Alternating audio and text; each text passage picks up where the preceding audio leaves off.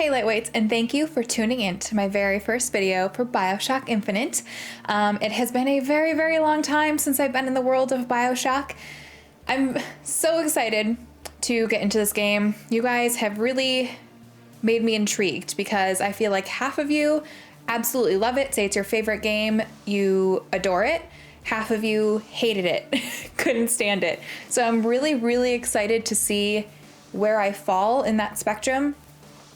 I really don't know anything about it other than I think a couple of you told me that this will really give me a sight of what things looked like before they kind of fell apart. But it's my understanding this doesn't take place in Rapture.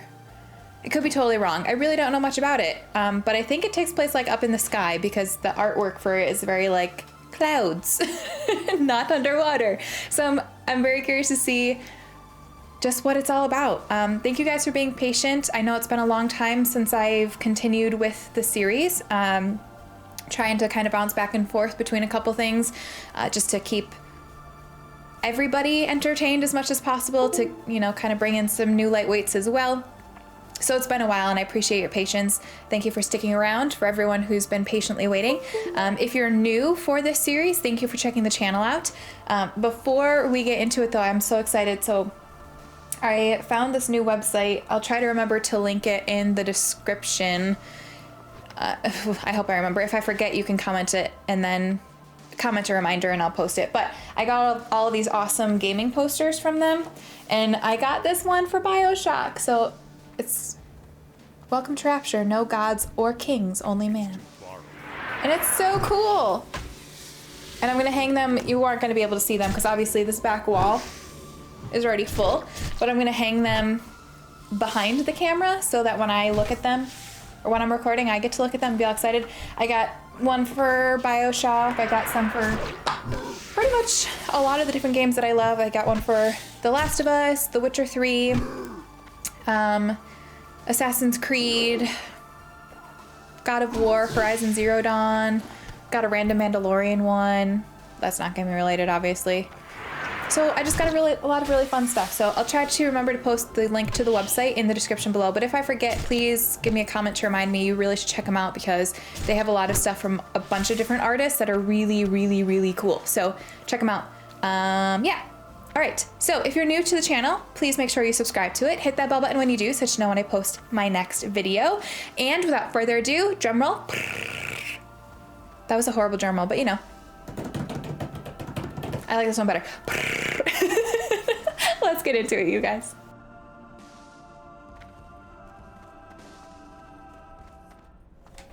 All right.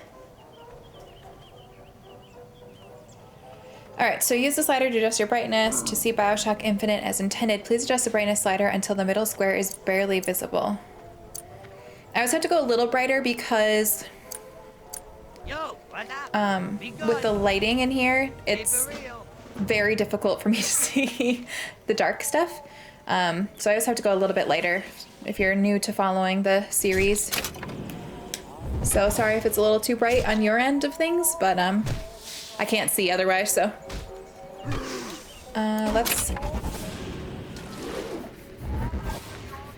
This is so freaking cool so far. I'm not even in the game yet.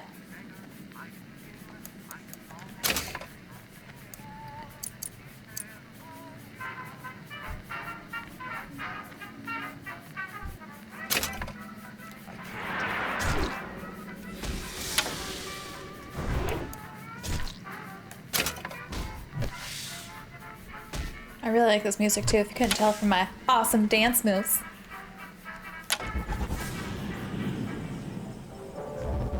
Oh, this is so cool. Okay.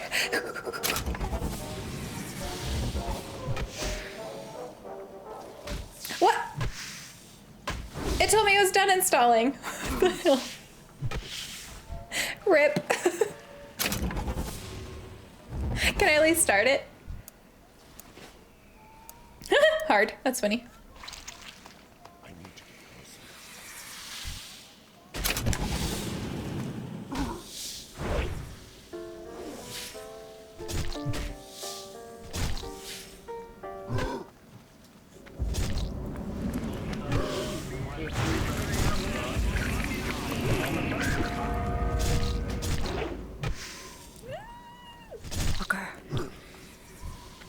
you afraid of God? No, Did you just hear my jaw crack? but I'm afraid of you. The mind of the subject will desperately struggle to create memories where none exist.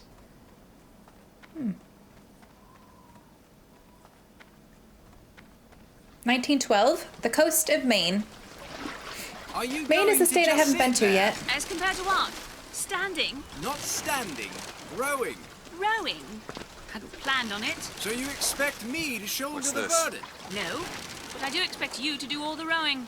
And why is that? Coming here was your idea. My idea. I made it very clear that I don't believe in the exercise. The rowing. No. Imagine that's wonderful exercise. Then what? The entire thought experiment. Excuse me. How much longer? One goes into an experiment knowing one could fail. But one does not undertake an experiment knowing one has failed. Can we get back to the rowing? I suggest you do, but we're never going to get there. No, I mean I'd greatly appreciate it if you would assist. Perhaps you should ask him. I imagine he has a greater interest in getting there than I do. I suppose he does, but there's no point in asking. Why not? Because he doesn't row. He doesn't row. No, he doesn't row. Ah, I see what you mean. Great company these two are. We've arrived.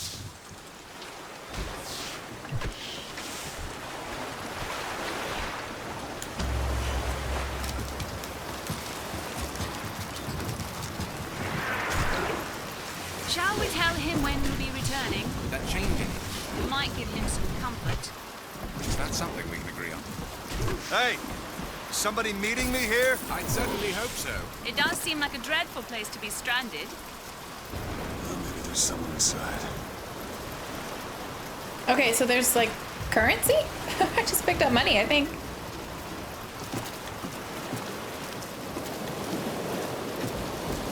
I like how it always goes back to the lighthouse.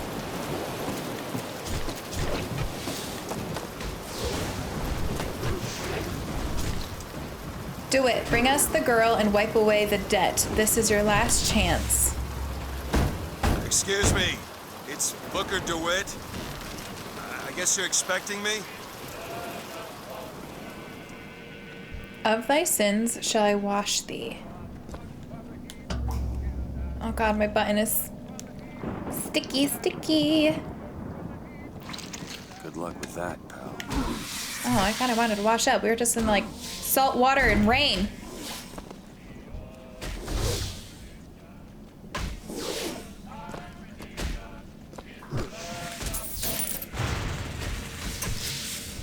Jar of pickles.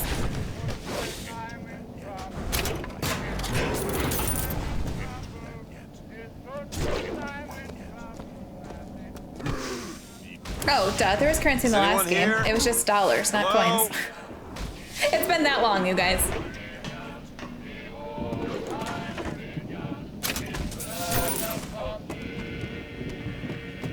Who's here? Be prepared. He's on his way. You must stop him. Who?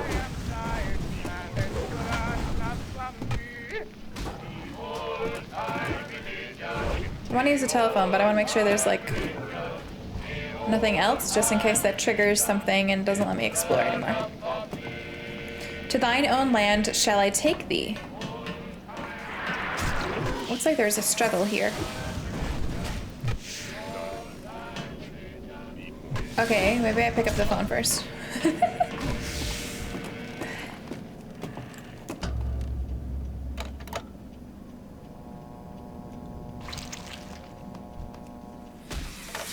Okay, nobody there. Alrighty. Shit. Don't disappoint us.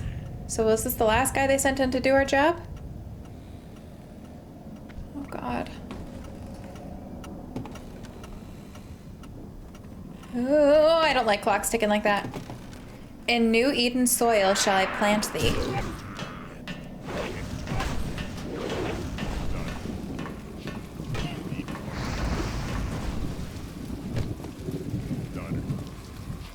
Oh, it told me. Can I see My controller is dying, you guys. Can I... Ah! Wait a minute, that card. Oh, good. Okay. So this one, once.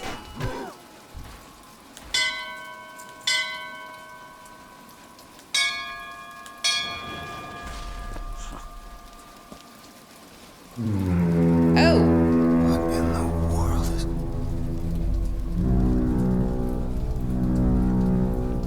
Aliens? Are we going up or down?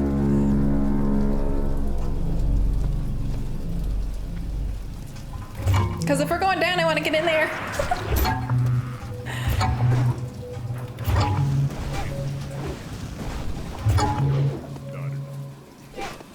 Oh God.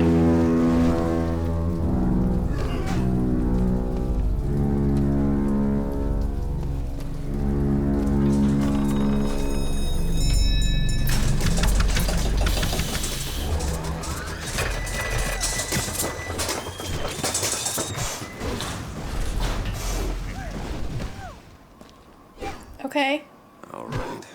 Looks like they expect me to sit in their fancy chair.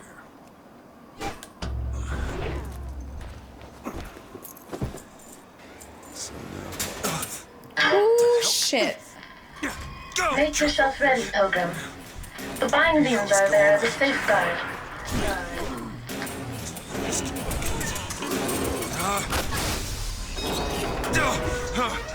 No, no, God damn it! Ascension. Ascension in the count of 5.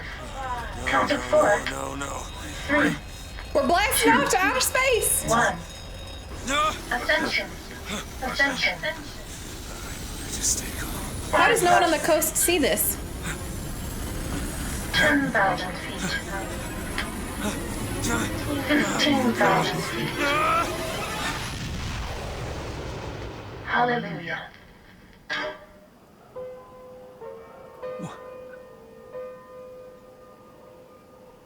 What? This is so cool.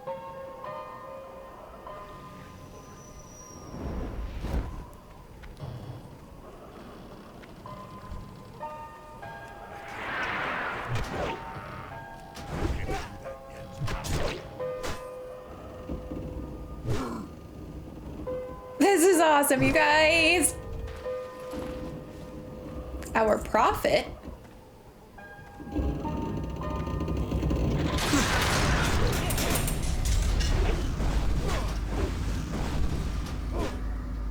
Okay. Seems like a dangerous place to live. Why would he send his savior unto us, if we will not raise a finger for our own salvation? And though we deserved not his mercy, he has led us to this new Eden. A last chance for redemption.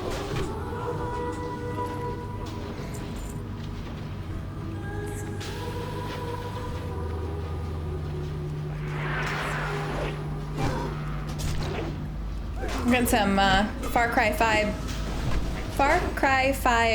cult vibes. And the prophet shall lead the people to the new Eden.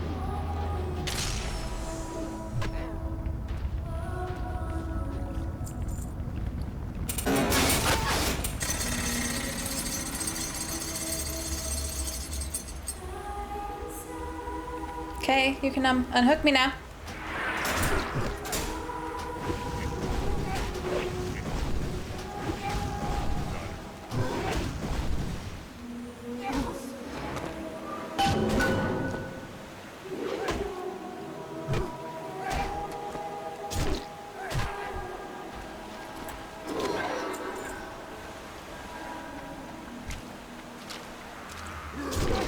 The seed of the prophet shall sit the throne and drown in flame the mountains of man.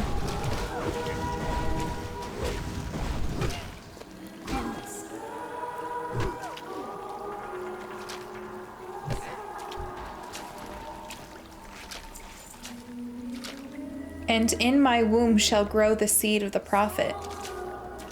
The seed of the prophet. Is Is that the kid we're here to pick up? Elizabeth? It's not fucking creepy at all.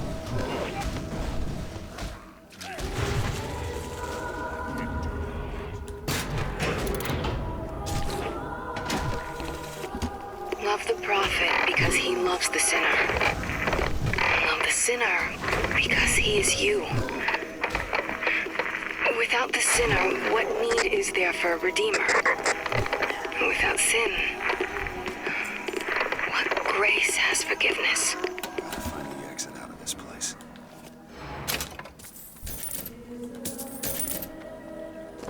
She's really pretty. Excuse me, where am I? Heaven, friend. Or as close as we'll see till Judgment Day. Best keep such questions to myself, unless I want to get paid. The Lamb, the future of our city. Okay.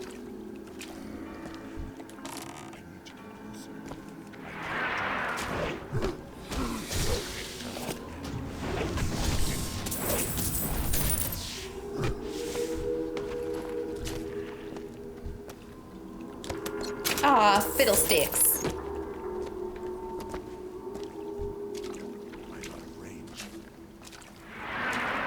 Alright, let's go. You're gonna get some wrinkly toes, mister. I hope you got some rain boots on. Gladium. Clavim? Volumen.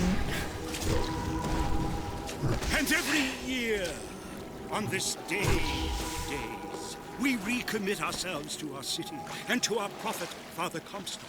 Oh, we're being We baptized. recommit through sacrifice and the giving of thanks, and by submerging ourselves in the sweet waters of baptism.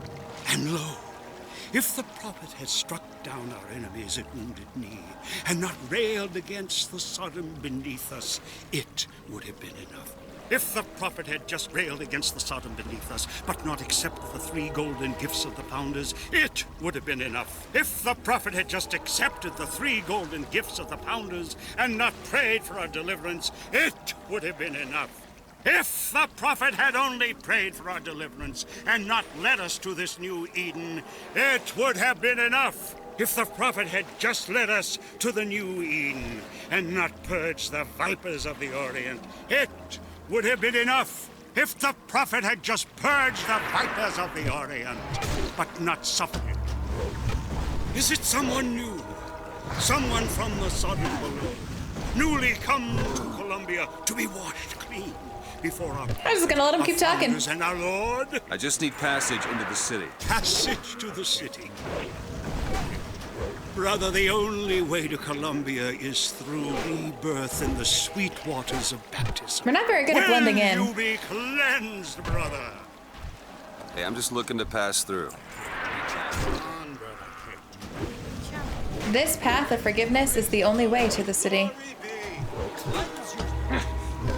Hey, I baptize you in the name of our prophet, in the name of our founders, and the name of our Lord.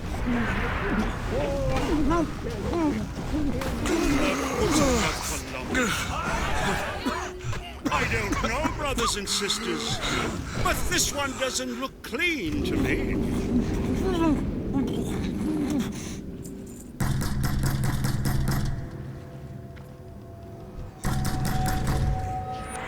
Who's there? Who's there? Bring us the curb and wipe away the debt. What do you want? We had a deal to win. Open this door right now. I told you. I'm not gonna do it. Go away. Mr. DeWitt. Mr. DeWitt.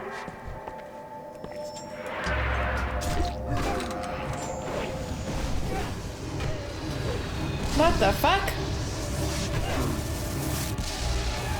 Ah!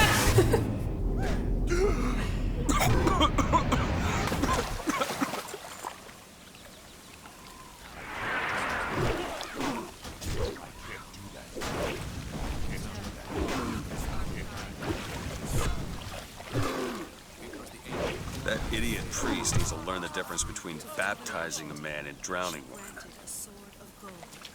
Father Washington, Figure out where the hell I am. Father Jefferson, To Father Franklin. Father Franklin. Of gold so that Eden might have industry that set her above all other Interesting. Father Jefferson, a scroll, so that Eden might... Our prophet fills our lungs with water, so they may better love the air. Okay. I'm just gonna take your money. And your pears. And your apple. Interesting. What is Columbia, if not another ark for another time? He who crossed the Delaware with flaming sword, rebel wings against of angels. ignorance and tyranny. By the sword No chance scroll. of luck. and the king. Just because the city flies don't mean it ain't got its fair share of fools. All right. Still got a girl to find. Salt? What does salt do? Is that for our powers?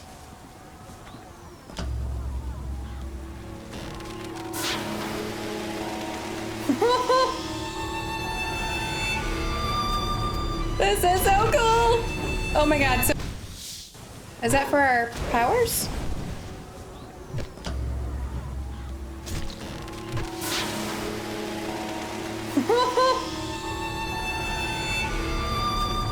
This is so cool! Oh my god, so trippy. Whoa.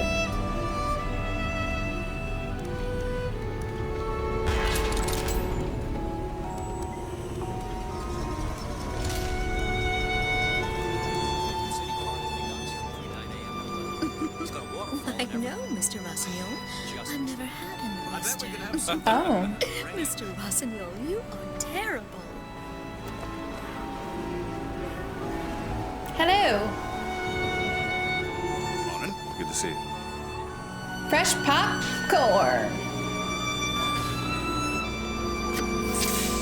He's not mad at me for eating his stuff?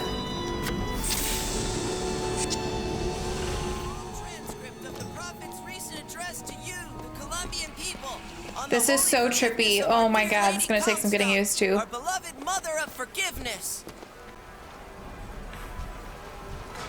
All of Columbia celebrates. Why? That statue, I just think it fails to capture Father Comstock's absolute Like does not matter to a Liberty Scout.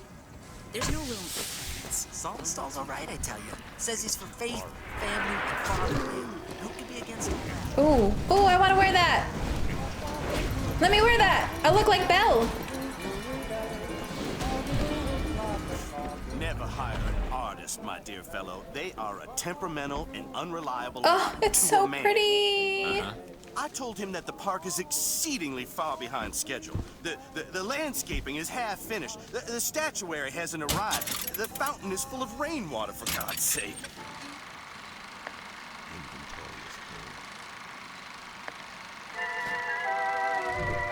I don't know what we're watching.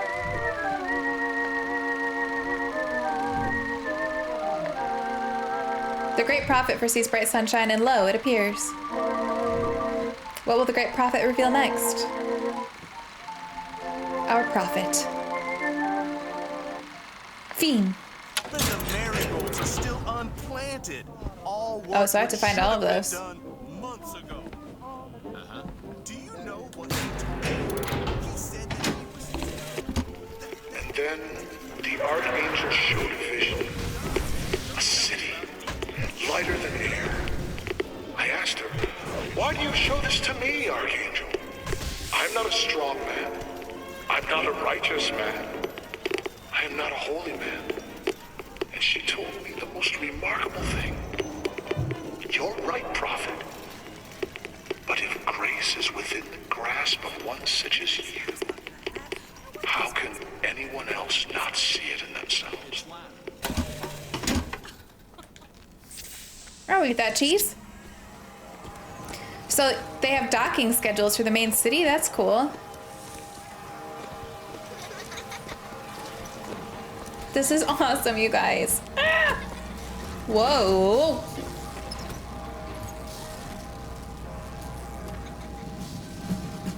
Interesting.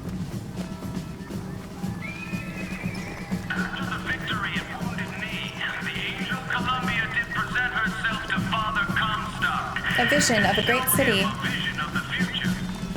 The prophet Comstock leads his people out of Sodom below. Up into the city, where they created an even more perfect union. A miracle child is born. The future of the city is secured.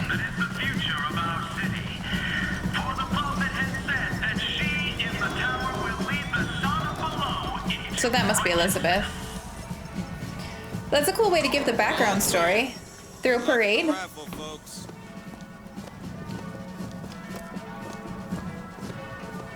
Columbia Raffle and Fair. Huh. He's strong in the sword, but a bit weak in the key and the scroll, if you get my meaning.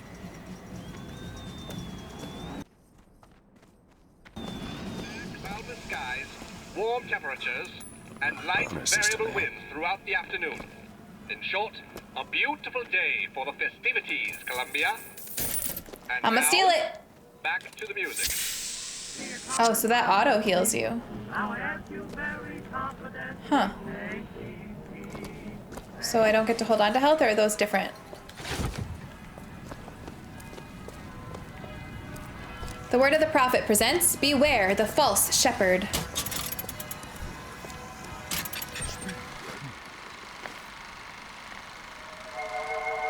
The false shepherd seeks only to lead our lamb astray.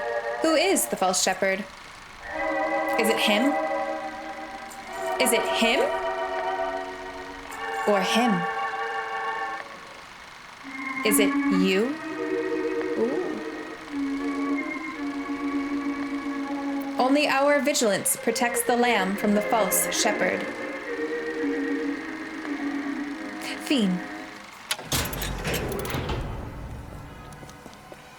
These people are crazy.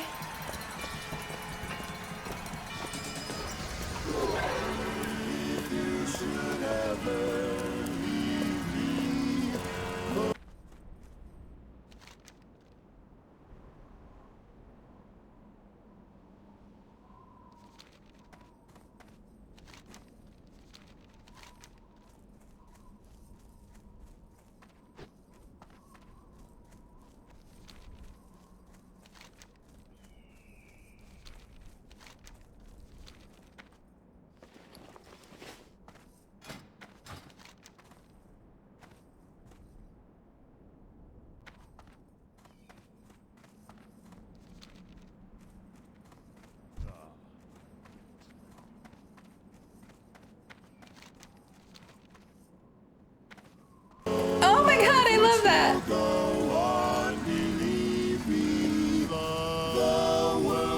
Show nothing to me. So what good would living do me? God only knows what I'd be without you.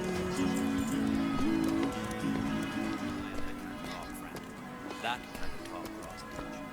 Turn into some faint and radical on me, John. I do not want to be some character out of I Married a Vox Populi, now do I? Some trouble in paradise. Holy shit, that's a huge statue. Said I'd find her. Telegram, Mr. DeWitt. Huh. Telegram for you, sir. How do you know I'm Mr. DeWitt? DeWitt, stop. Do not alert Comstock to your presence. Stop. Whatever you do, do not pick number 77. Stop. You Tess. What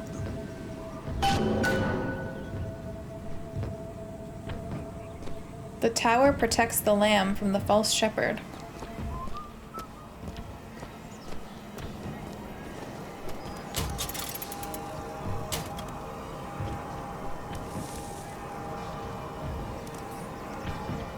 That's cool.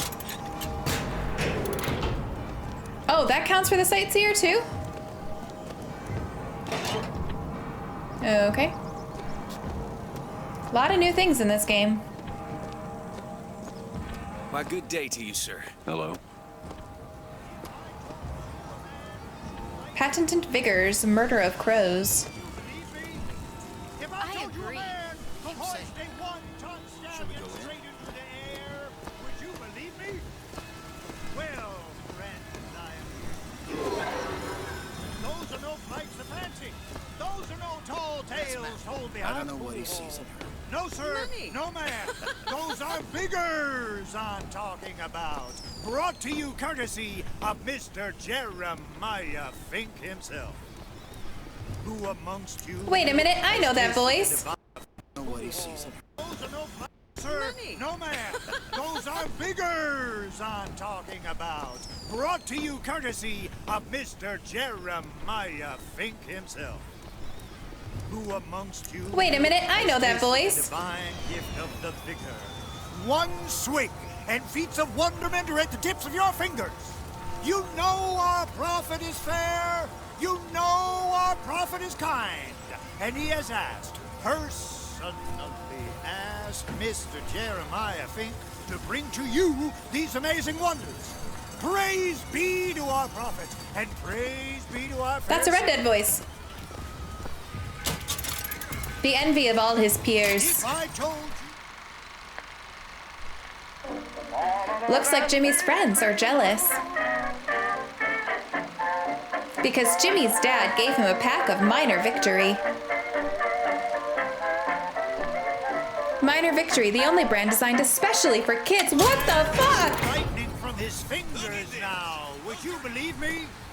If I told you a man could hoist a one... Young sir, young miss, roll up and try the amazing power of Bucking Bronco. Whether you need it lifted, lofted, tossed, or tumbled, Bucking Bronco is just the ticket. We can play the games? Young sir, young miss, roll up and try the amazing Does it power cost of money? Bucking Bronco. Those dirty Whether rocks you are need at it again. See them villains zipping around, spreading their lies and dissent? Fear not. I got you secure. Grab a shotgun and go to work. You there. You got what it takes to keep our city safe. Industries for our troops, now available to all. Interesting. Holy shit, there's a lot going on here. Hot dogs. Get your hot dogs. Columbia's finest. Hear your voice from the past in the present. Say something, Sonny. What's a voxophone? What's a voxophone? Exactly that. A personal record of voice. Hey, just so we're clear, I'm not paying for this.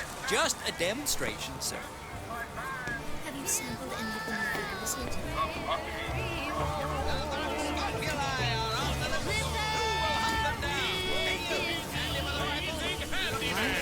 Only in our fair city will you see such amazing feats of technological prowess. More aggressive, like fire, that sort of nonsense. Have you ever seen anything like it? Have you ever lost a penny to a vending machine? Has a pay telephone ever refused to connect you with a beloved spouse? Well, it's time to take back control from the men of metal. With just a whisper. They're all ears.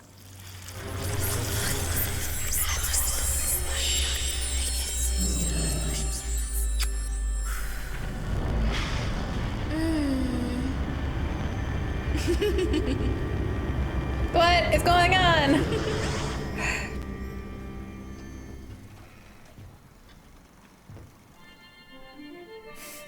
Press to turn machines into allies. Okay. With possession equipped, press L2 to make a machine friendly to you. What the hell was that?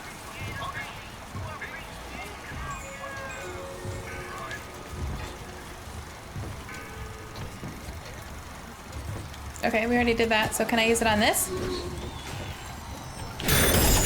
Well, if it isn't Assemblyman Buford, your spot at the raffle awaits. Why I didn't recognize you before. Odd. Okay, so salts are what we need for... Our fine fairgrounds. Heads. Or tails. Come on, let me through. Heads. Or tails. Tails. I was gonna call tails. Told you. I never find that as satisfying as I'd imagined. Chin up. There's always next time. I suppose there is.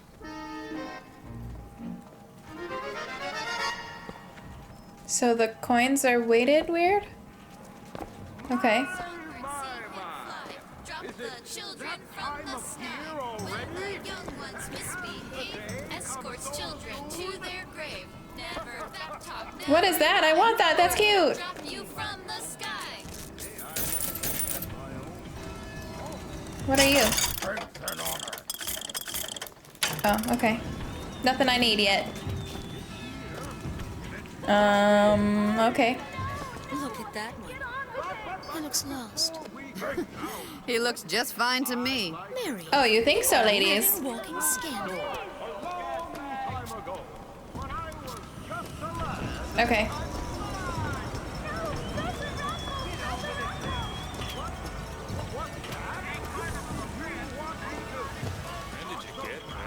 This little beauty? The whole division got them. We're gonna flush the Vox out of the Skyline system. We gotta have the best. What the hell kind of weapon is that?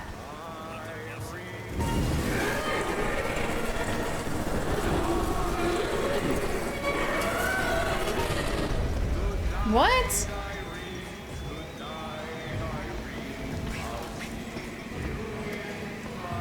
What is going on? Madam Lutece, I have read all your books on the sciences. Mama says it's not a fit occupation for a lady, but I think she's jealous of our cleverness. Is it true that only you were allowed to visit the girl in the tower? If the lamb is lonely too, I should like to meet her, as we would have much in common. Warmest regards, Constance. You shall know the false shepherd by his mark? Oh shit.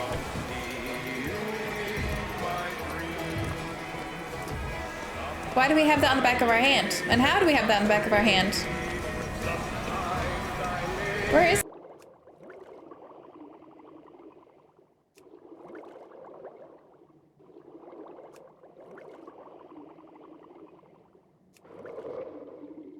everybody?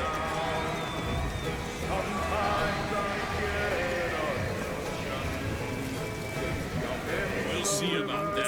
I'm gonna You always got Who's throwing out their money?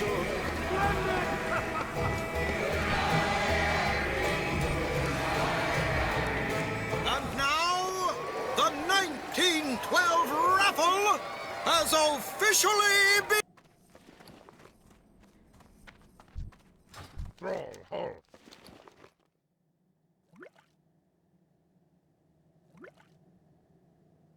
Go for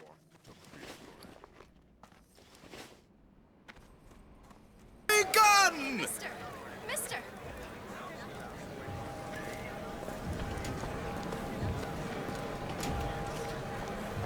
Sorry, no sale. Silly. There's never a charge for the raffle. You've been sleeping under a rock? 77. 77. That's a lucky number. I'll be rooting for you. Wait, it told us not to pick 77. Bowl!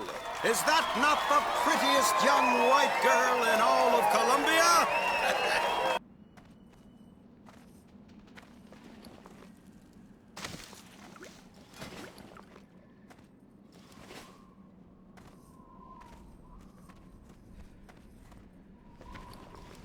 All right then. The winner is...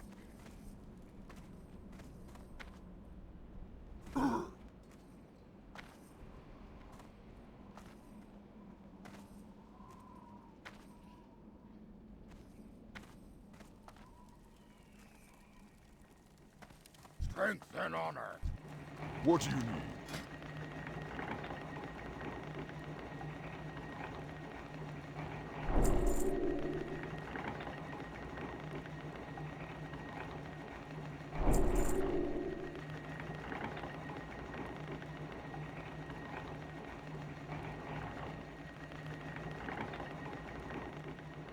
Strength.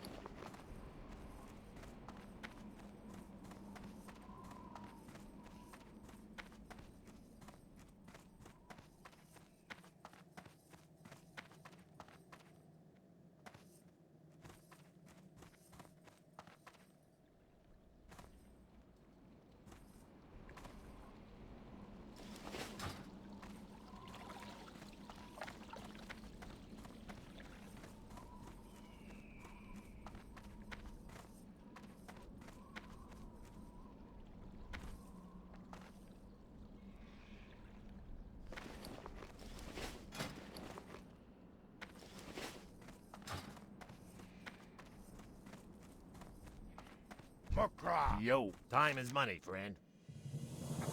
Hurry back.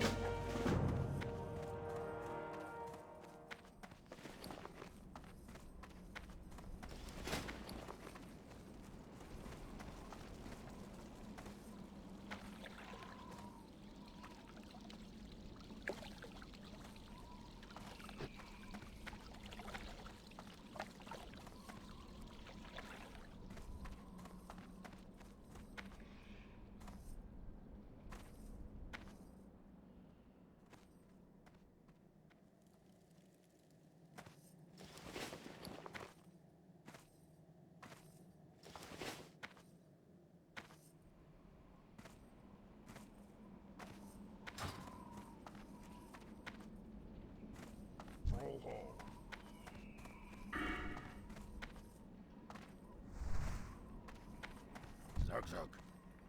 Mukra. Dabu.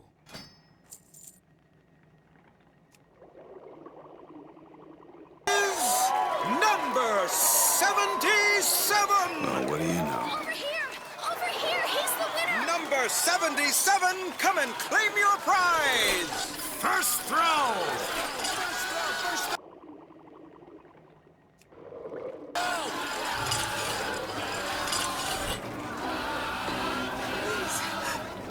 Please don't do this. It was me! It was all me! Please! Please! Please, what are you doing? Come on! Are you gonna throw it? Or are you taking your coffee black these days? No, please! I'm the one you want! Oh! Looks like we've got a shy one here! We got something for you. We've got to do son of a something about... bitch. Wait! It's him! Now, where'd you get that brand, boy? Don't you know that makes you the backstabbing snake in the grass? False shepherd? And we ain't letting no false shepherd into our flock. Show them what we got planned, boys!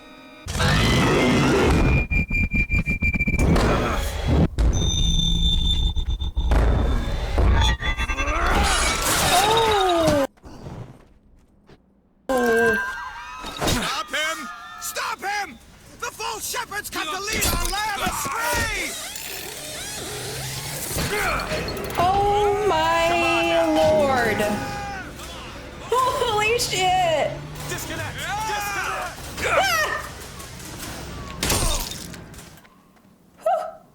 When you see a skull in an enemy, you can hold triangle to finish them. Oh god, this weapon is horrible. Oh.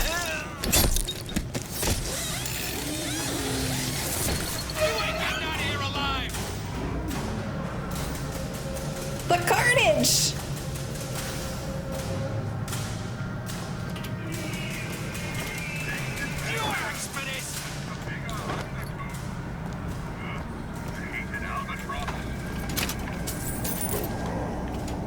We can't even search his corpse, it's so destroyed. Fight like a man!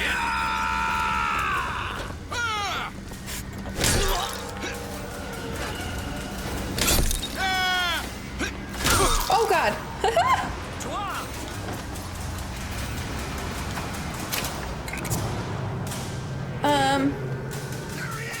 This way! Cover the gate! There they are! Can I block? Oh! Whoa. Okay.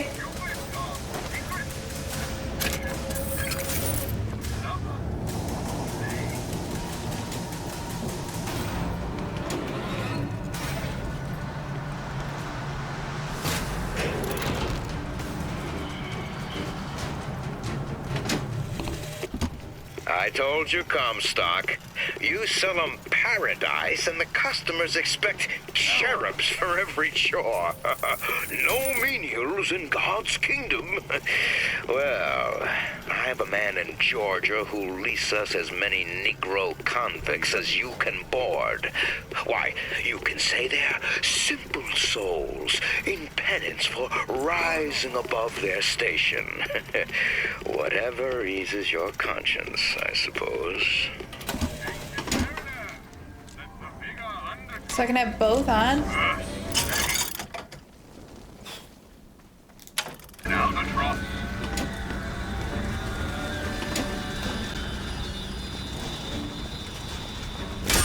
Bitches in the park.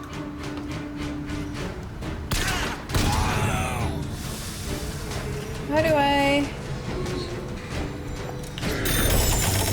You're mine now.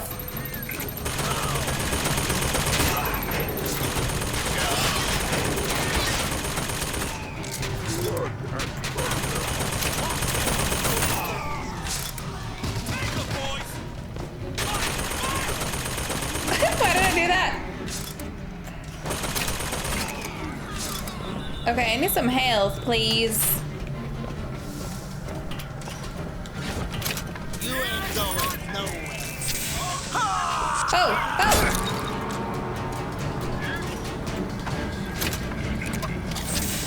How did I do that?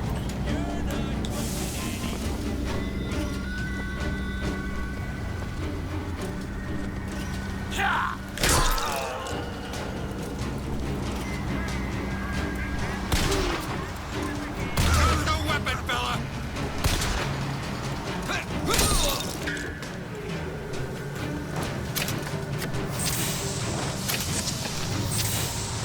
This melee weapon is a beast.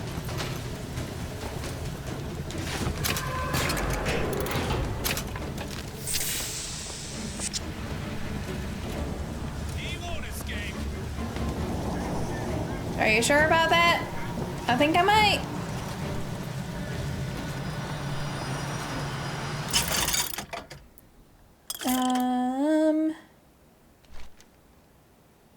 Can I, Where is he? Don't stop firing! Nope, it didn't matter. Okay. Cool, now we're poor. Whoa, whoa, whoa!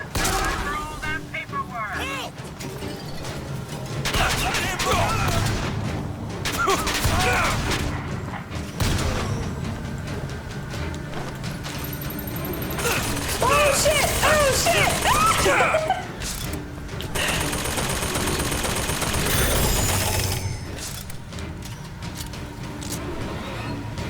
Okay.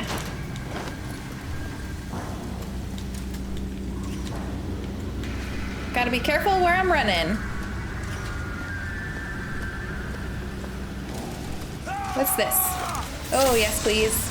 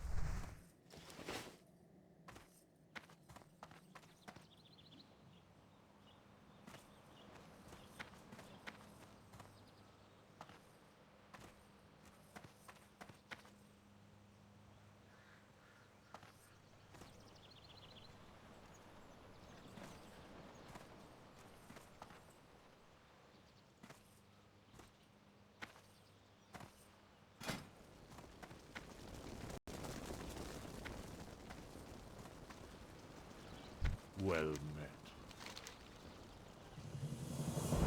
May the eternal sun.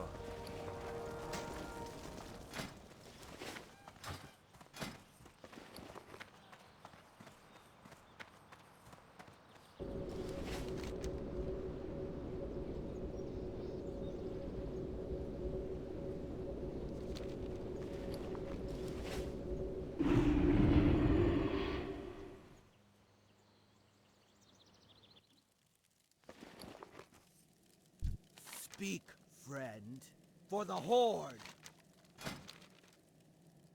Farewell.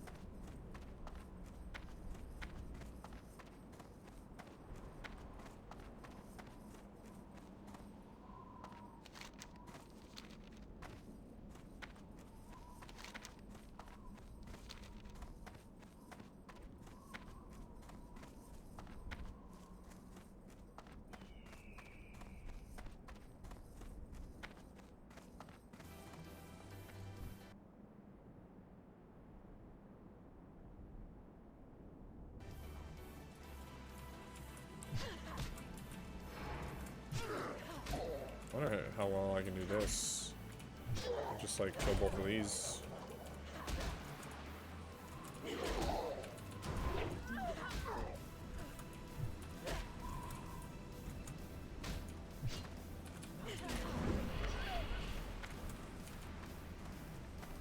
Yikes.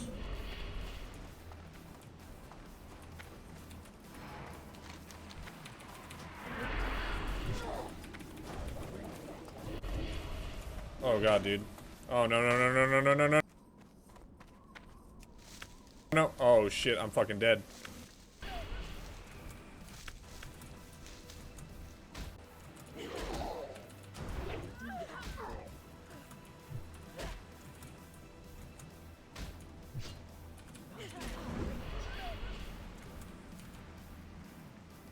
Yikes.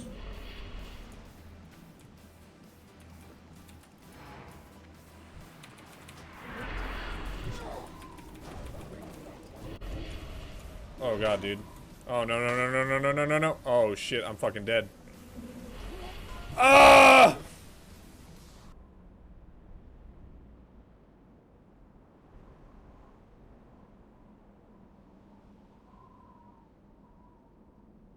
Oh, I just bought two. I'll trade you one. I'd rather be alive than. I feel like we're gonna use a healing pot at some point. It's not even worth like This is the just in case pot. Just in case. Yep. Okay. So we can like pump on some of these dusk wings, dusk bats.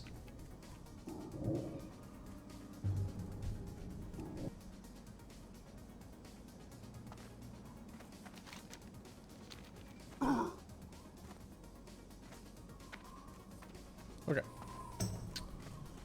I think we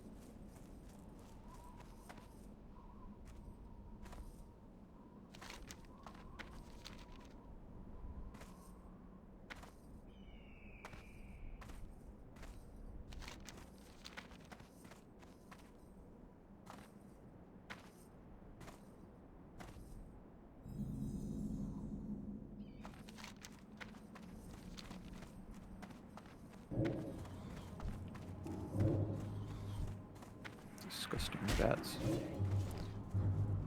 I just pulled a bunch. Yeah. I'm just gonna bubble them. Bubbling pot. I might have to pot, bro. Not even lying. Oh my god. I actually have to You pot. good? I'm Oh dead. my god. I'm dead. Oh my god. Bro. Oh my god. Stop hitting him, bro. You gotta die, Gregor. What happened?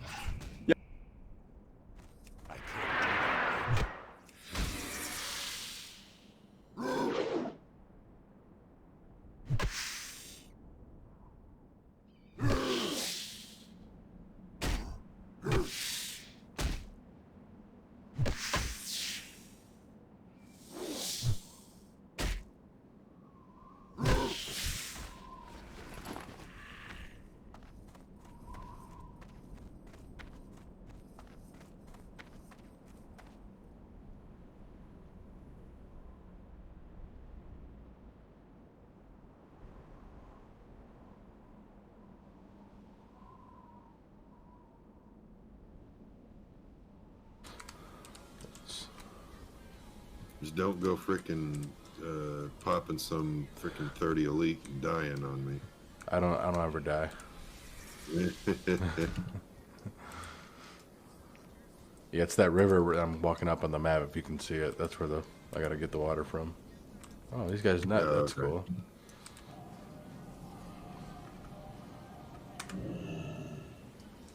Oh, are you kidding me? There's a stupid one. Oh no! These are guards. Oh, Oh, there's a stupid one. Oh no! These are guards. Oh my god. Dude, I just got sniped by a guard. You gotta be kidding me.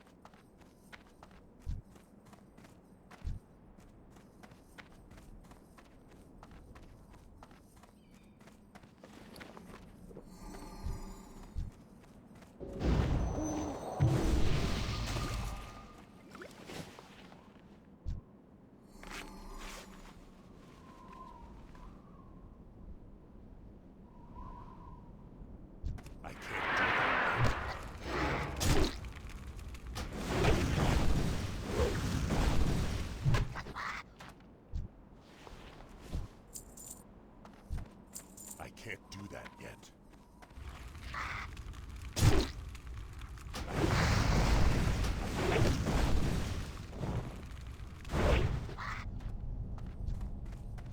Need more rage.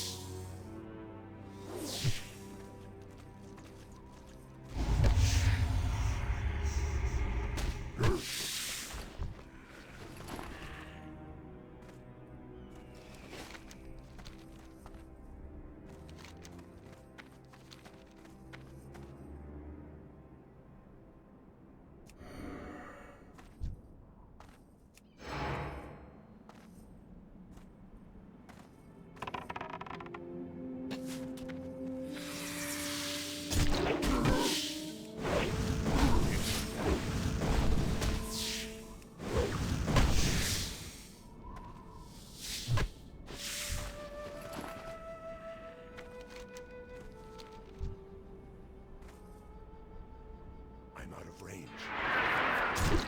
I can't. Need more rage. Not enough rage. I can't.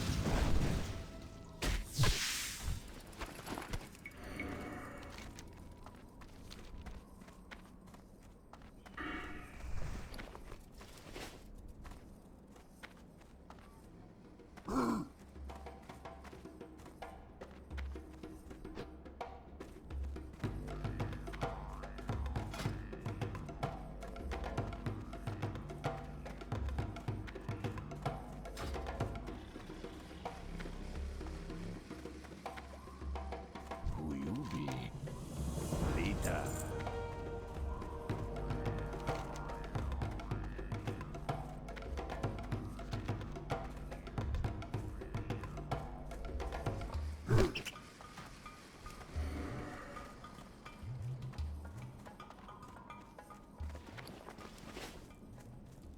Strength and honor.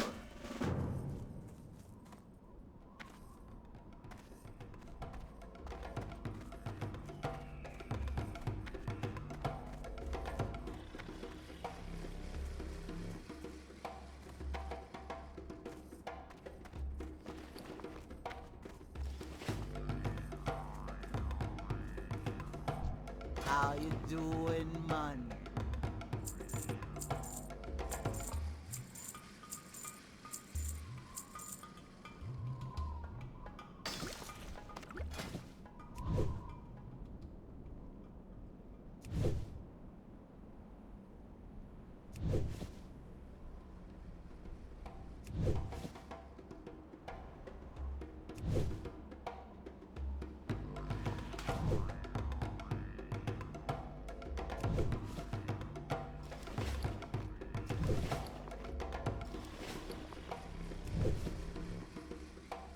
Be seeing ya.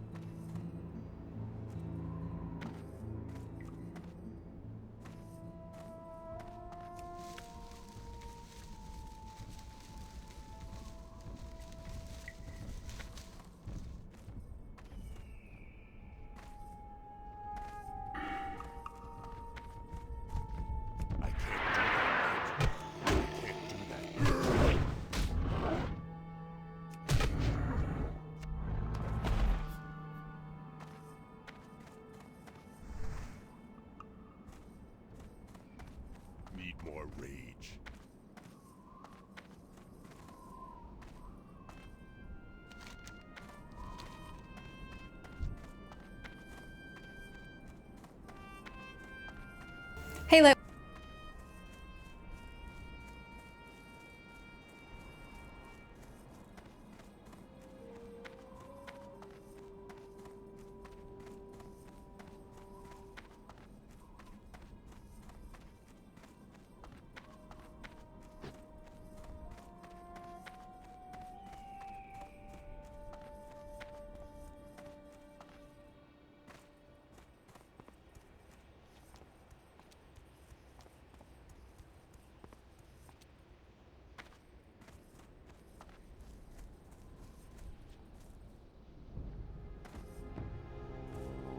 What can I do for you? Go with honor.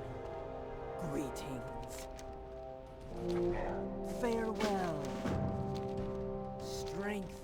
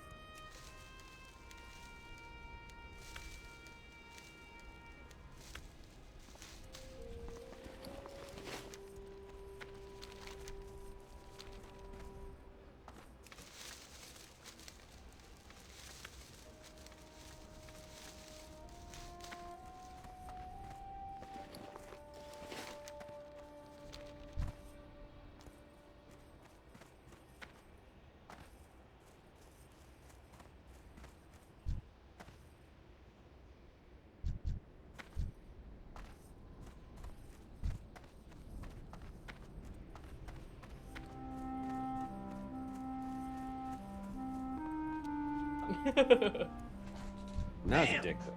What? That's not just like a dick pic. Oh, the It's angle like was too low? You're a titty streamer now? titty streamer. Hey everybody, just make sure you like and But no subscribe. plunging neckline today. I can make it plunging. Yeah, we need to use you as our clickbait more often, Troy. So if you No. could sexualize yourself slightly more, No. that would be really helpful for the show. Look, I think we all know if this thing was gonna lean on like sexual energy, it's clearly gonna It's be me, Mike right? Bithell. Yeah, it's Yeah, it's me, right? 100% Yeah, Mike no, Bithell. absolutely, absolutely. No offense, Austin. It's- It's just Mike Bithell. Oh, none taken. I'm in agreement. That's I work at it. That's all it is. Yeah, from what you have, I get it. You know. It's the haircut that did it for me too. I was like, he was kind of good looking before, and then it was like, get that haircut. I was like, that's a snack right there. I also saw someone share a screenshot from the show a while ago, and it, like, just comparatively, Mike, it looks like you've lost a bunch of weight. I have, yeah. And I guess because I see you regularly, I It's the had not anxiety noticed. of doing this weekly. It's the I lose 2 pounds every time we do this.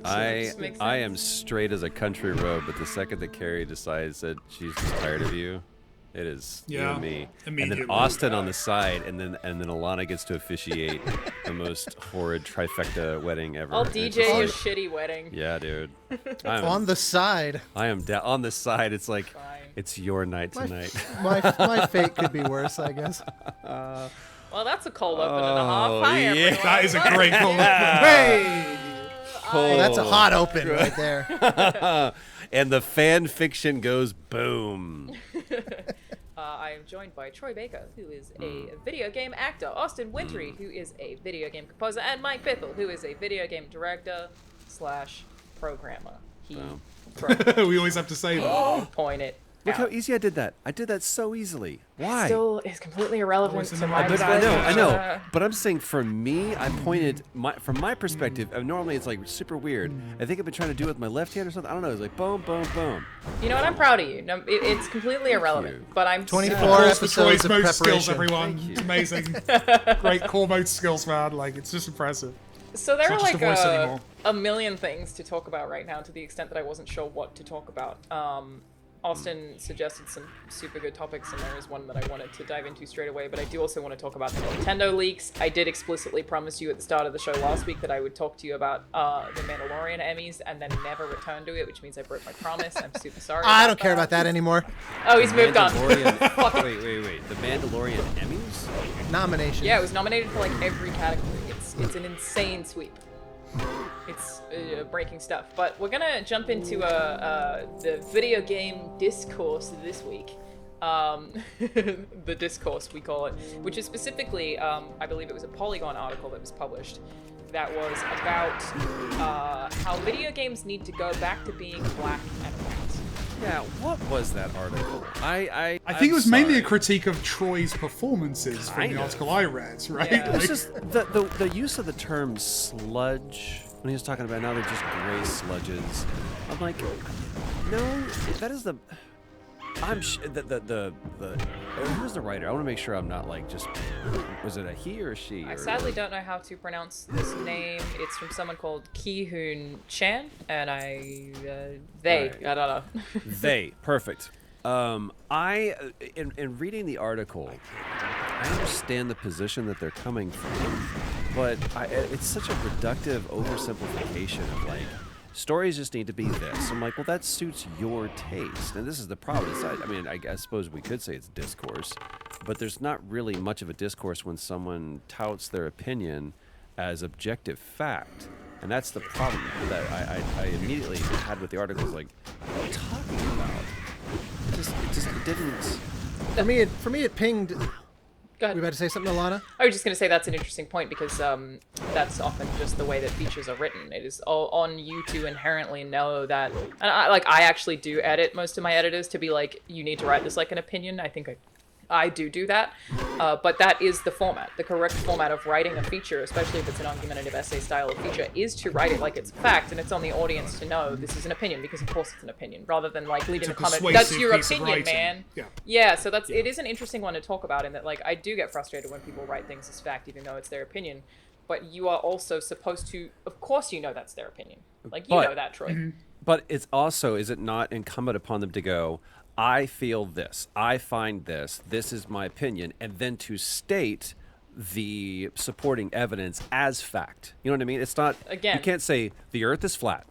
And it's to super me that is interesting like, one, because again, that's the way that I write. Is an argumentative essay is you write a sentence and then you back it up with a source in the next sentence. But generally, the format of a feature, you do not have to write. In my opinion, in university, they would consider that clutter because they would be like, "Why are you telling me? I know this is an opinion piece." It's an assumption of an opinion. Yeah.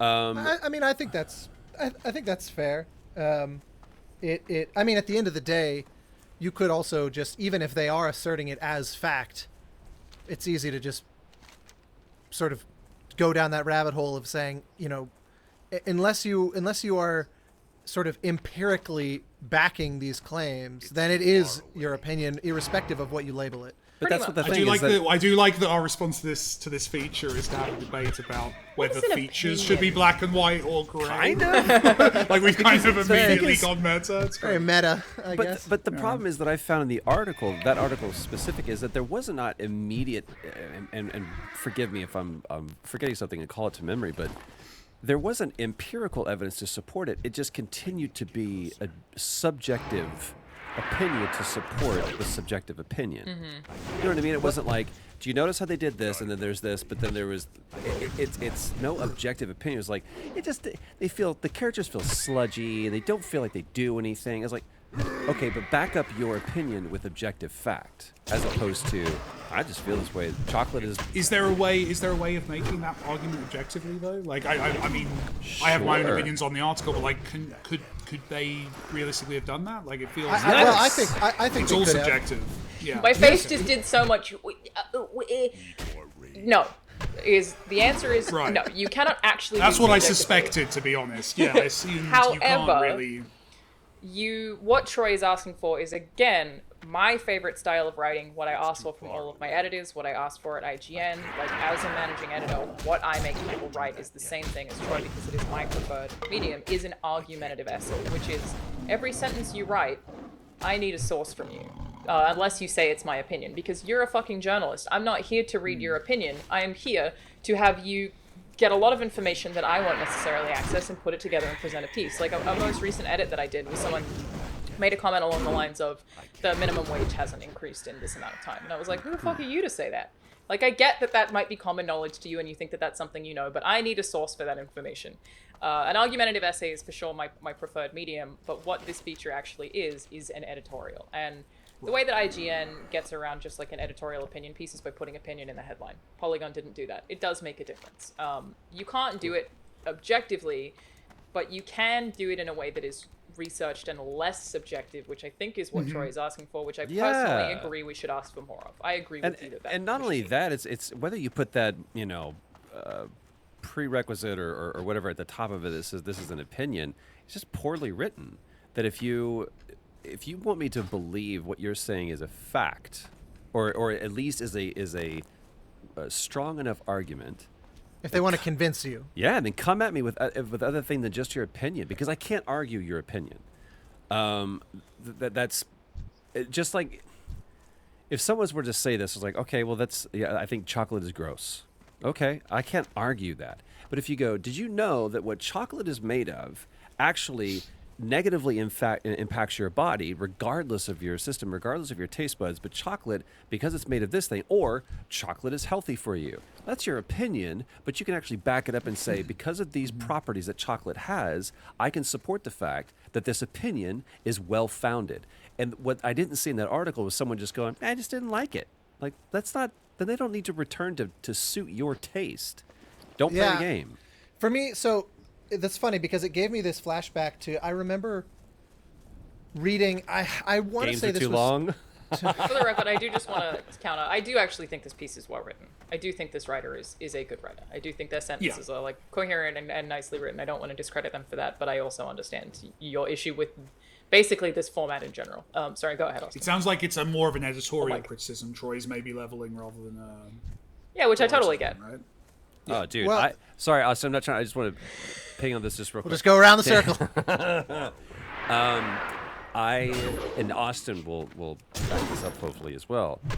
I thrive on discourse and even contentious conversation. I love having my views, my beliefs challenged. No, you don't. Prove it. How dare you? Yeah, citation needed. I love it when someone presents something, especially when it's an oppositional view, and gives me the opportunity to go, oh shit, I never thought about it that way. Let me think about that. Do I really feel this way, or have I just always believed this to be true? So I actually love it when someone does that. I don't feel this person did that, and they didn't ever cite me specifically when they cited the game. So it's not like I have some bias to it. I wanted them to be like, prove me wrong, challenge my beliefs. Let there be some actual discourse. That's why I'm saying it. I'm not saying they didn't have a grasp of the human language or that they don't write in a specific format. I'm saying their argument wasn't strong because there was no empirical evidence. Go ahead, Austin. Sorry. I don't disagree. For me, the funny thing is that the case I thought they were going to make is not the one that they ended up making, because it reminded me of almost 20 years ago. I think it was Time magazine, although I honestly don't remember. It could have been any number of magazines, but I remember when the Lord of the Rings films came out, and they were just monumental success. I remember reading an article that basically was saying, why do we love these movies so much? And their argument was the Fellowship of the Ring and The Two Towers and Return of the King had all come out right on the heels of September 11th, when the clarity of morality was shaken horrendously, and that the escapism represented by good old-fashioned good versus evil, where it was no longer about, is Frodo good, seen through the right lens? Does Sauron have a point that's worth considering? Like, these films completely eschewed that, right? And in keeping with the source material, and they said the world got really messy because September 11th, it unified everyone, but then very quickly everyone said, well, the U.S. foreign policy has not exactly sort of failed to, dare I say, invite some kind of response, violent or political or whatever. And it's just like very quickly we were down this rabbit hole of going, yeah, this we really want to make this good versus evil, but it's not so clear cut, even just on a skin deep reading.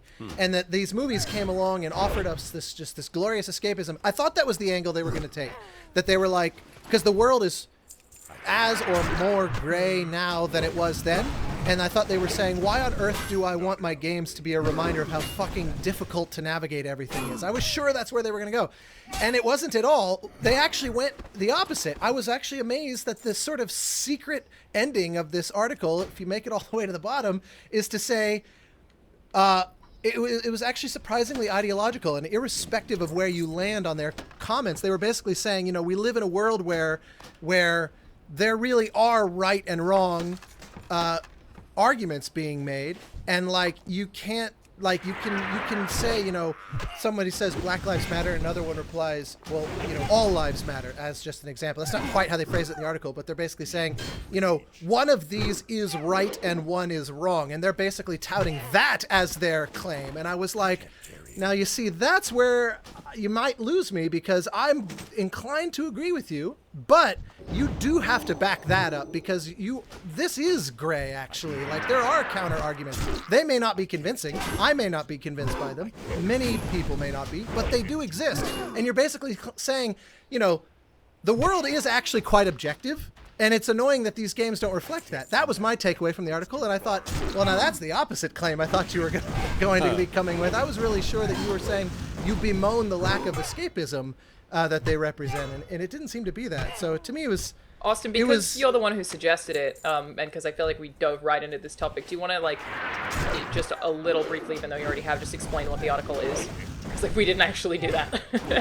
Sure. Yeah. Well, it was an opinion piece. I just pulled it up, and actually, to your point, Alana, it actually does say opinion right, as a banner at the top. I didn't remember that. Ki Hoon Chan, forgive my mispronunciation if it's wrong. Coffee buddy. Games need to. It's a Polygon article. Games need to return to black and white morality, and they use both BioShock Infinite and The Last of Us as two of their fucking dunked on, Baker. Yeah, trigger. Their case studies. And Far Cry too. I was like, well, first of all, that could be there's two other people at least that they can picking on, and now Giancarlo Esposito can be added to it. But would you not say? Here's where I kind of what pinged me immediately. I'm fine with someone having an opinion piece. I feel like saying something games need to do this, or as opposed to why games could benefit by returning to black and white morality. Does the article itself say that? Because I think it might be a case of, I can't remember if the article made that strong or not, if the article made that strong a statement, or the headline, right, which is an editorial choice again. Like, I wonder, I can't remember if the body of the text actually kind of goes as far as to say this must be like this. I think that the headline is obviously written to be decisive and interesting. It says, what I crave and what I think we deserve, a black and white game centered around the concept of absolute objective morality.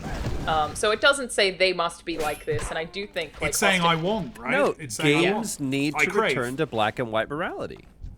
The headline, that's the headline, right? Yes, that's what I'm saying. Yeah, but headlines... But the writer doesn't write the headline. Yeah, that's a whole other true? thing.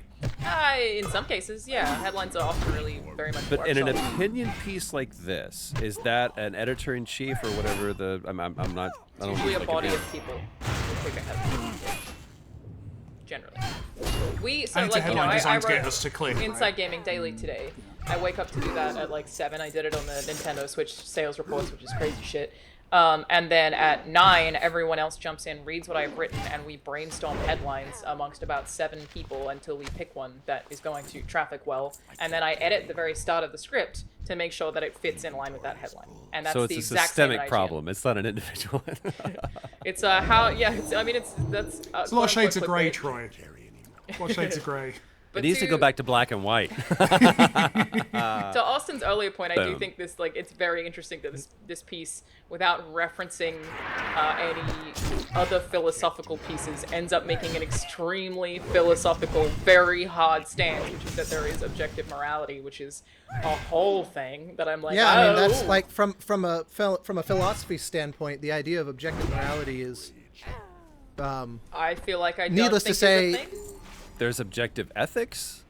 Well, I mean, if you want to get into it, that's one of those where I don't think that is considered amongst philosophers a settled issue. But where I've personally landed on that, and I'm, as with Troy, always subject to being challenged and revised. But it seems to me that objective reality, or objective, well, that as well, but objective morality, objective morality is essentially non-existent, but you can make objective, there can be objective moral, like, choices or movements if everybody agrees on the fundamental goals. And so that, in other words, if we agree on what, basically morality helps us choose what is good, better, best, on down, but we have to agree on what that high point is. And so generally people do seem to agree that human well-being would represent the shared goal. If we have a shared goal, then we can make objective assessments about whether such an action moves us closer or further away from that well-being, many of which may be subject to intense debate, but that there is potentially movement along that spectrum. This is so complicated. Like, even that you could poke oh, yeah. right? Like, Yeah. it is a really complicated conversation, and I mean, For sure. While I would love to talk about philosophy this whole time, to just at least address more of this article, I inherently do disagree with it. I don't disagree with the way it's written. I agree that, like, for the way, if I had written this, I would have tried to probably reach out to either studios to even ask how they approach morality to philosophers to discuss this kind of thing. That is probably more along the lines of what I would have done, but I don't mind reading a very strongly worded article. But I also don't agree because, Austin, you bring up the 9/11 Lord of the Rings thing. The idea that sometimes you need something comforting to save you from the real world. So the things that immerse me the most are the things I'm thinking about for the longest amount of time. Like, when I read Watchmen, that's very gray. And that was something that I found very immersive because it wasn't black and white, which means I have to think about it more at all times. And it can make you think about real world politics and make parallels that you'd prefer to avoid, which is probably inherently unhealthy in its own right, but that's a whole other thing. But I think things that are gray are generally more immersive because you are having to assess things constantly rather than having a literal black and white moral. Well, here's what I sorry, it's where I think that they fail to differentiate at least two types of narrative experiences. It kind of equivocates as though all games fit under the same umbrella. And in my mind, there's at least two different categories here. There's like the allegory, you know, like Greek mythology or something. That's where your black and white morality starts to be more useful, because it's a story that is used in an intentionally sort of abstract, unrealistic way from which to gain a vantage point, you know, to say, oh, here's where I am relative to this kind of paragon of enlightenment or whatever. But it's intentionally unrealistic. And yes, there are lots of games of good versus evil that to me are essentially, they're like mythic tales in that way.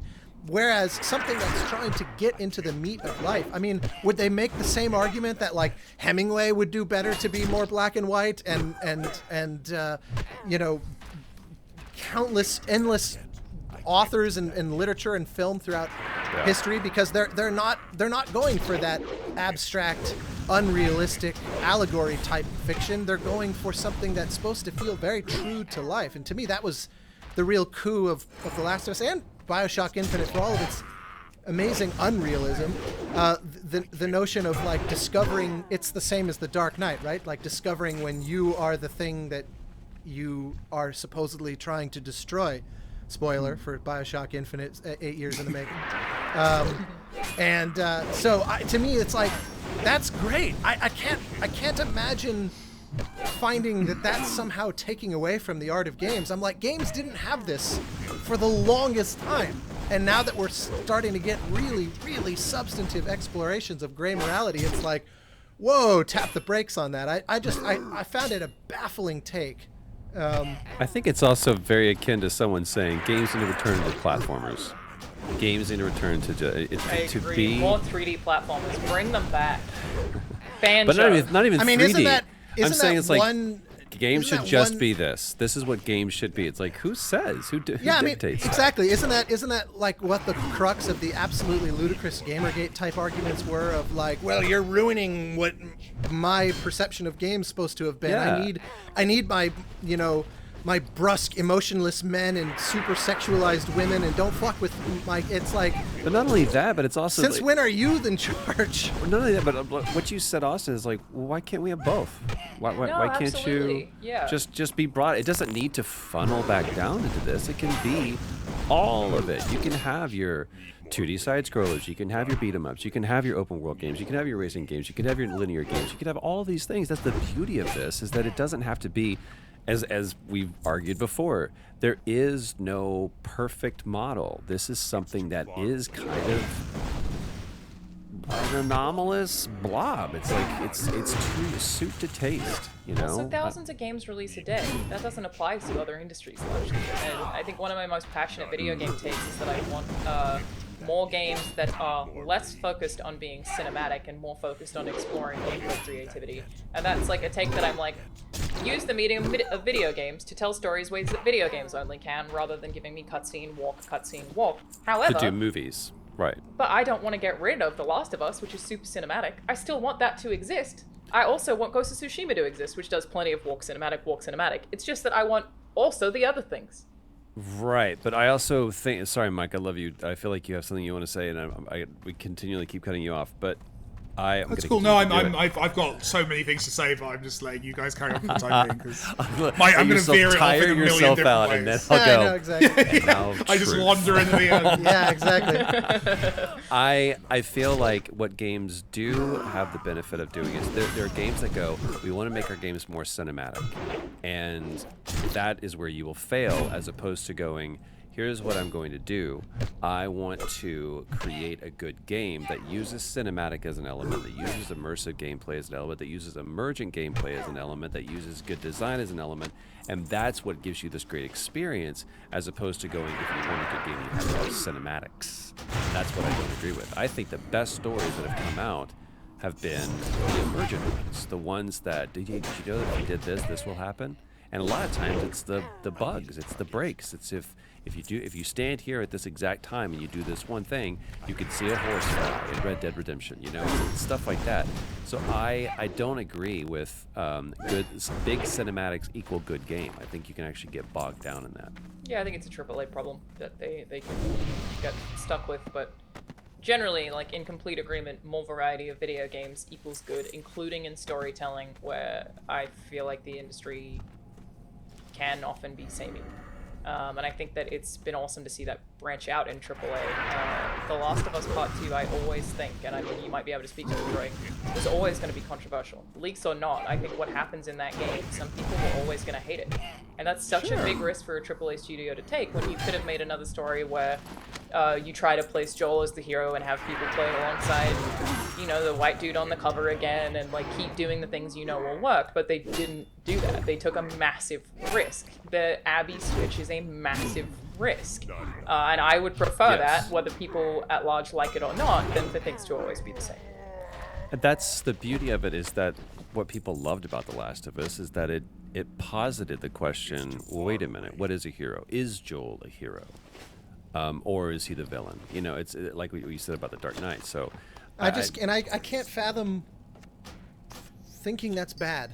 Like that's somehow, because I think part of the claim of the article was that it's sort of it's distracting us into thinking that people who are wrong in the real world have sort of meat on the bones of their evil beliefs, and they use like white supremacy and things like that as the argument. And I'm like, but like, to the extent that any of that is gray, it's demonstrably gray, and to the extent that any of it's evil, it is demonstrably evil. Like how does eliminating the conversation get us closer to understanding that and comprehending that? Like, you know what I mean?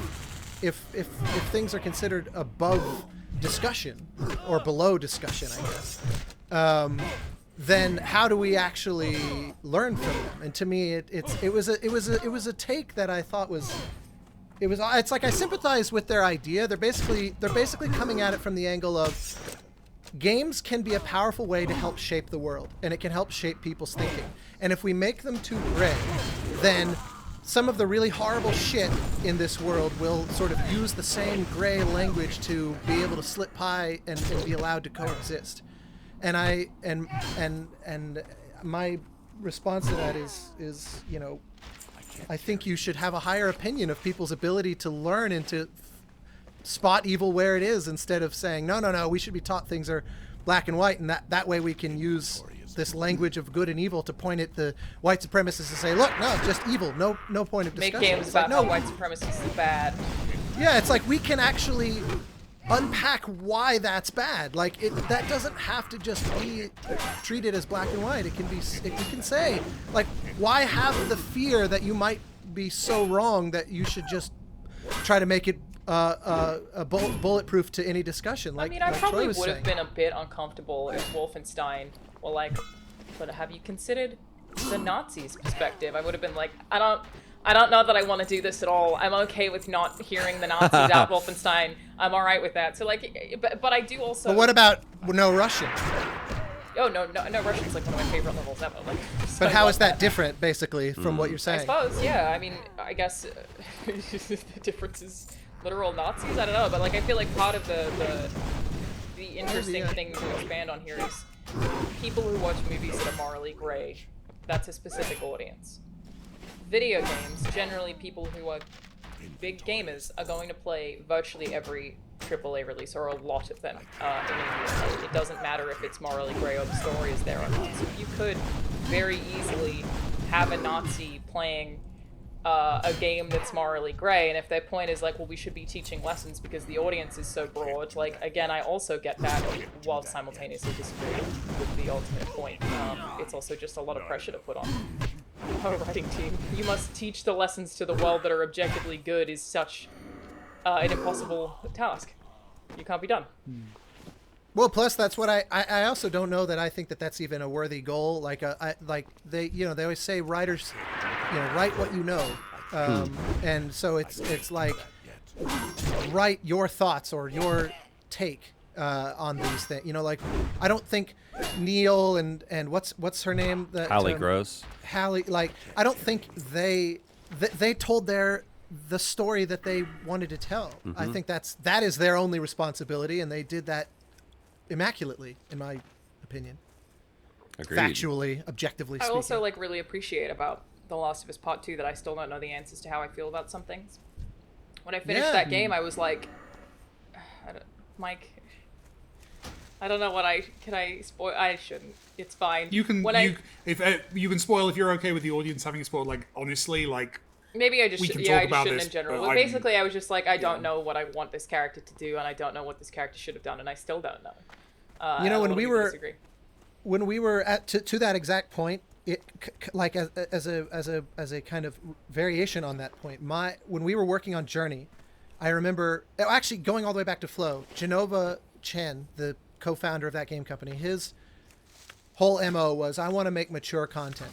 And he said, to be clear, mature doesn't mean like higher polygon count tits and ass or violence, explosions or saying fuck. True. He goes, mature content would be something like, if you play it at age 20 and then again at age 30, it will reveal different things to you because you're in a different chapter in your life. And then again at 40. Or if you play it before you have kids and after you have kids. Or before you got married and after you got married. All that kind of thing. As you evolve, it reveals more to you because in many ways it's more of a mirror than it is just this plate offering up something. And that really like resonated deeply with me, and that to me that's the essence of what those gray moral tales are all about, because your answer to Abby and Ellie and whatnot today might be totally different 10 years from now. I mean, Mike, I feel like you're kind of the living embodiment of that, where your reaction to the game is probably nothing like what you would have felt 10 years ago. Like you've had a very I had that with the first Last reaction. of Us. When I played the first Last of Us, like definitely I played a different game when I replayed it. Like I definitely reacted to that game very differently years on. Just in a different place in life. Will you? Yeah, I feel like right now. Yeah. You're like for anyone who ever watches Shark Tank, where Mark Cuban often just sits there and doesn't speak for long periods, and then just comes in and goes, "I'll make you a deal if you say yes right now." I'm like waiting.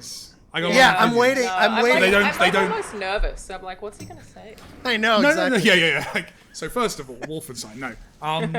First off, no, I have got a whole thing, but my stuff like is very different to what I think you guys are reacting to. Like, first of all, I definitely like disagree on some of what like you're saying in terms of I do believe in certain moral absolutes. Like I think but I don't think it matters to this argument particularly, like whether or not where you stand on that. I think the biggest kind of challenge and the other thing, one thing I wanted to say, which I didn't interrupt to say, was another trilogy did very well from releasing a couple of years after the Vietnam War for the exact same reason, you could argue, with Star Wars.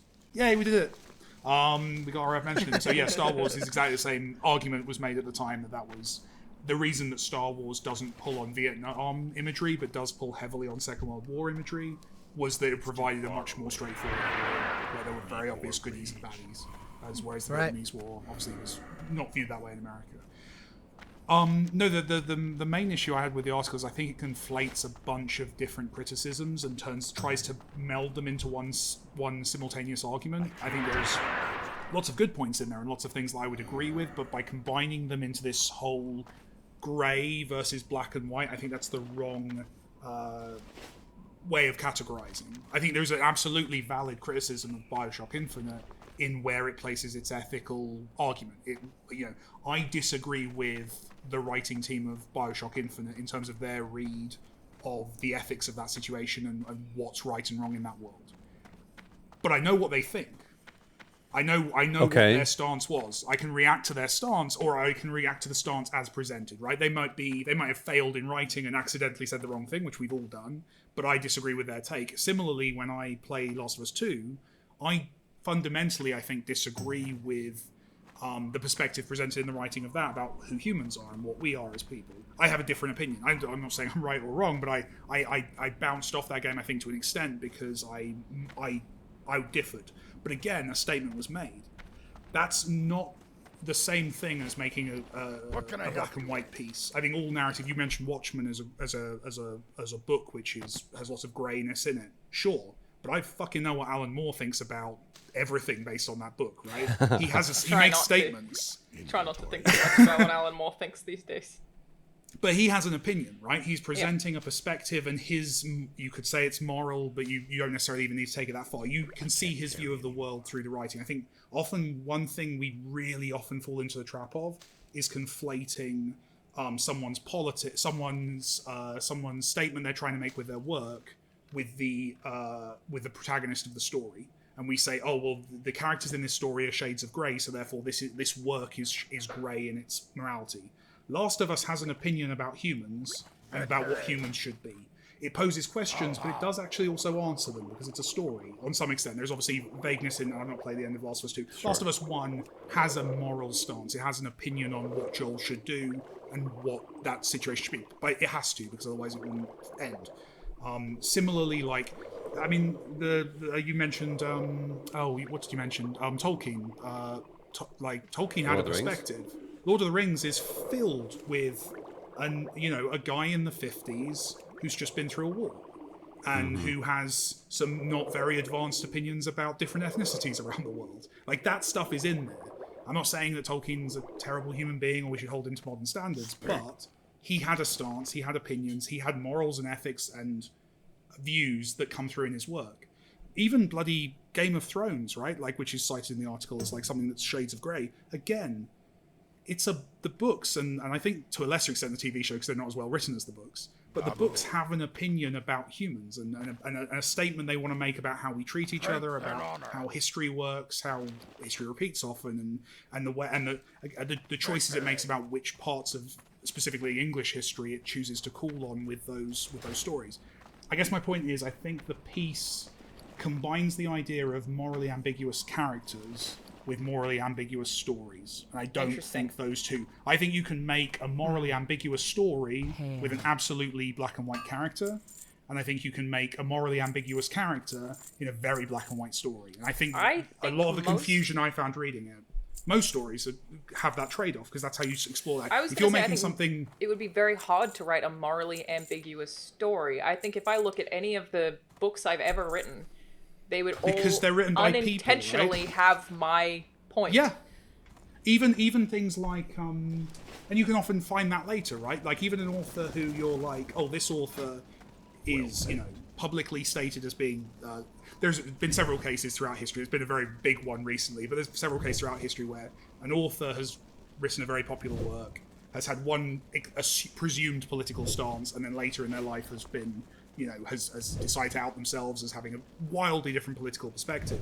And immediately people go back to the works they've produced and go, oh yeah, it was always there. Like that stance was always built into their work. And some of that is Rorschach, right? Some of that is finding what you want to see in works. But a lot of it isn't. I think we can't help but create works with an opinion. I don't, even if we're trying really hard not to. I think what's interesting with games, and this is my final thing, and then I will shut up.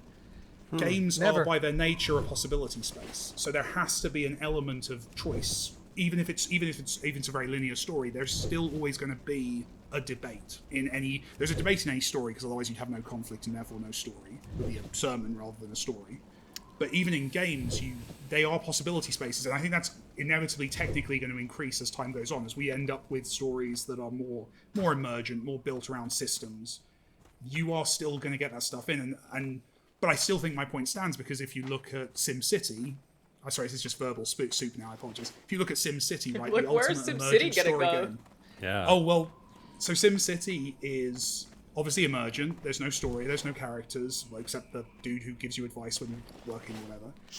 But SimCity is based specifically on a book on city zoning that was published under a specific government in America and has a definite political stance on how cities should be organized. I did not know systems, that. It's totally true. And I think it's pretty middle of the road politically, but like, it's a political opinion. The systems of SimCity are hard coded with expectations about how cities should work in an ideal situation. If there's a win state in a game, it has an opinion on what you should do in a situation, right? If the win state of a game is to kill everyone in the room, the game is making a statement about killing people, right? Like, we can't help but do this. So that for me, it's kind of an argument that doesn't make any sense to me, because inevitably games will be grey, and inevitably, in terms of the authors making them, they will be black and white. The author will have a stance and an opinion, and neither of those two things can really be removed. So there's always going to be this dichotomy. And I think that's maybe what the writer's reacting to, is that there is a messiness between those two things, and that's what makes great stories. That's what's interesting. And now I'll shut up. I'm curious. Sorry, I was following all of that up as we went. I didn't want to blow into the... Dude, there's so much to process in that. Yeah, well, and there's something I want to specifically tug at in what you just said, Mike. You said... Is it the Star Wars reference? Yeah. when you said that you found yourself bumping up against the claims, the intrinsic claims about humanity in the writing of The Last of Us 2, specifically. What was that, and what was I reacting to? Well, it doesn't even matter. My point is, isn't that in and of itself laudable then? Because doesn't that mean that by virtue of you having something to react to and go, now I don't think human beings are like that at all, and la.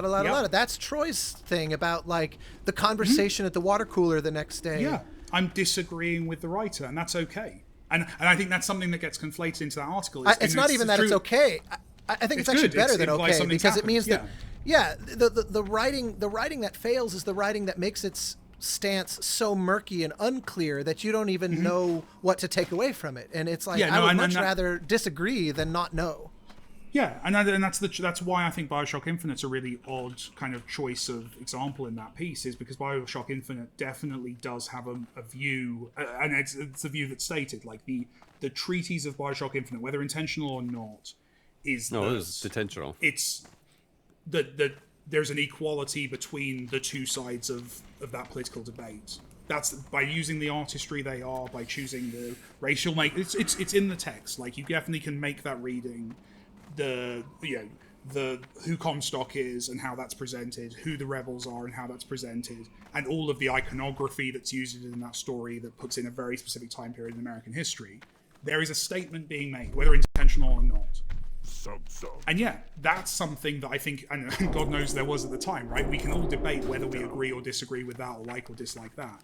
But to claim that BioShock Infinite is a Shades of Grey game is really odd to me. But crucially there, though, that's where it gets interesting, because it was maybe trying to be, and that's the interesting thing, right? Is that's a reaction to, you could make an argument that the politics presented there are a Shades of Grey argument. There's good and bad people on both sides. Is kind of that's part of the political message of that game.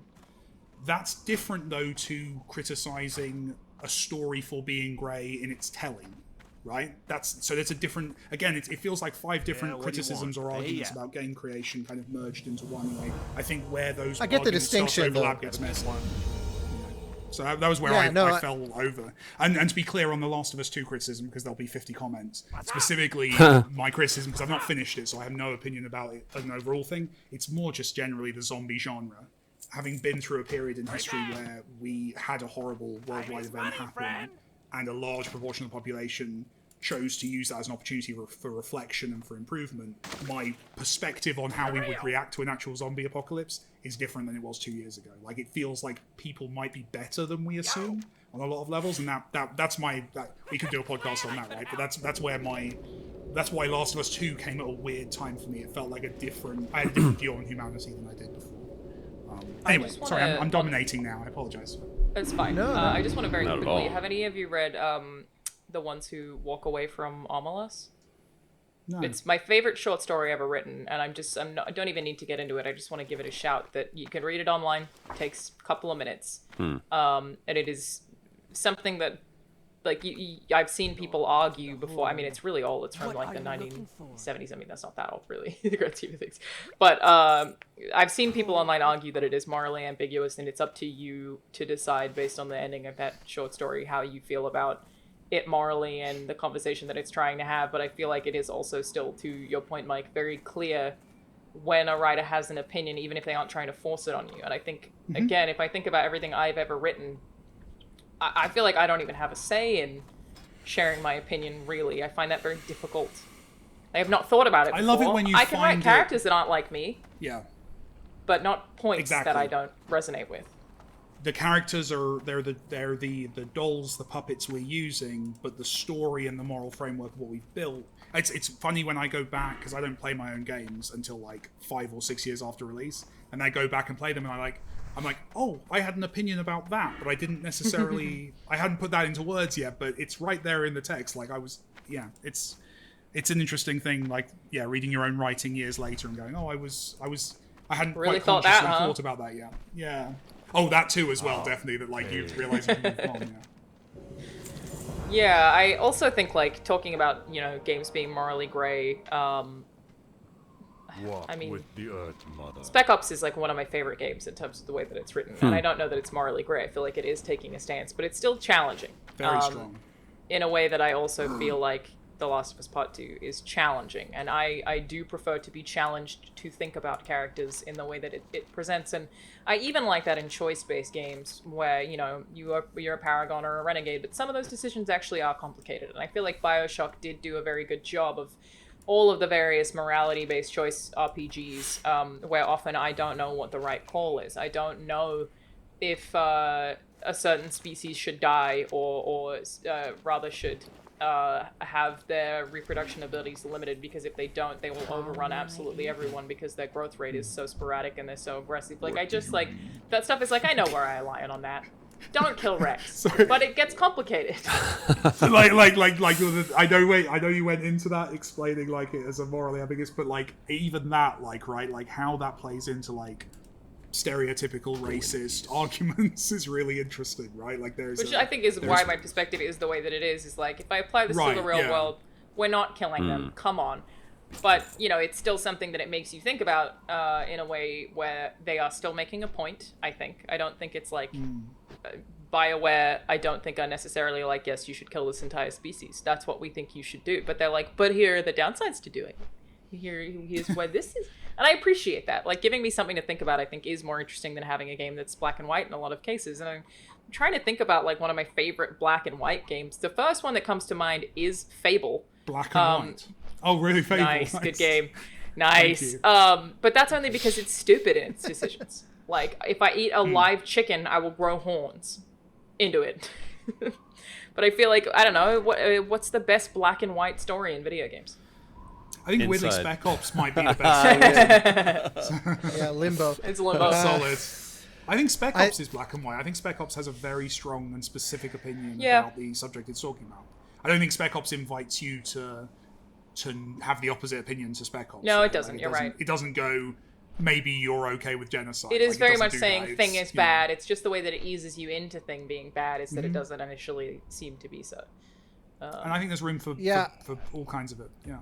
For me, I think, you know, probably unsurprisingly because I'm such a broken record on it, but Grim Fandango is there's no moral ambiguity really presented in that game. It's like it's a classic kind of film noir, you know, intrigue where you've got the bad guys doing clearly bad things, taking advantage of. I mean, in fact, it's sort of ludicrously black and white because the whole premise, what sets it off, is that your character of Manny discovers that this girl, Mercedes Colomar, who's supposed to be like a saint, you know, she worked in like a mission taking care of the poor at the expense of her own living, and et cetera, et cetera, et cetera, et cetera. Just like pile on everything that you can to make someone seemingly just the absolute epitome of perfection. And then when she gets to the afterlife, they tell her you have the worst possible 4-year journey to the beyond, to the permanent beyond. And that's the whole jumping off point of the game, is to say, well, what the hell happened in the system that made you, who should be given the express ticket on the number 9, to bypass all this crap. And so that's where you discover all the corruption of the damned evil souls trying to figure out how to steal people's sort of golden tickets. And it's like, that's clearly, there's no, but that's where to me, it's like, that's why I was harping on the equivocation, kind of like the point you're making, Mike, about the article, where it made it sound like all stories have the same narrative burden, and that the writers of themselves are assuming all the same narrative burdens. And I'm like, I don't think Tim Schafer wanted to make a game that has us wrestling with the difference between good and bad. He wanted to tell a very different story that had different goals, and dealt with different tropes and all of that. And so it's like, to me, you know, holding it up, because if someone had the opposite take and they say all this black and white is taking away from learning about real life, you know, they could hold up Grim Fandango as like, here's a game that just doesn't get it, and it like, what a superficial take on life. You know, maybe I prefer The Good Place myself, but yeah, I take the same thing. Even Really. Good Place. Good Place. Which does is that all show about get good? Because are you kidding? How far did you watch it? How far did you watch great. it? Here's no the thing, spoilers, here's but the how many thing. When episodes it- did you watch? I couldn't even make it to the end of season 1 because I was like, this is my god, this is so cheesy. You have to make it to the end of season 1. No one say anything. Okay. And do not read the comments, Austin. Please watch to the end of season 1. Yeah, dude. Because I heard everybody talking about how the series finale was like one of those that should go down in history as among the greatest. Ted Danson gets to have Troy. You are watch series 1, and then I promise you're going to immediately want to watch series 2. Your reaction to the show is exactly what the people making it want you to be feeling right now. I was out, and then I was like, oh shit! Now I see what they're doing. All right. I was sure that was the case. I was like, people whose taste I align with, loved it, like ravenously loved this, and I'm sitting here going, it's going to be your favorite. Why? Show. Like genuinely, Austin, knowing you as well as I do, it's going to be your favorite show. Yeah. In a few episodes. Challenge accepted. Yeah. Here's a question for you, just based on something that I think it was.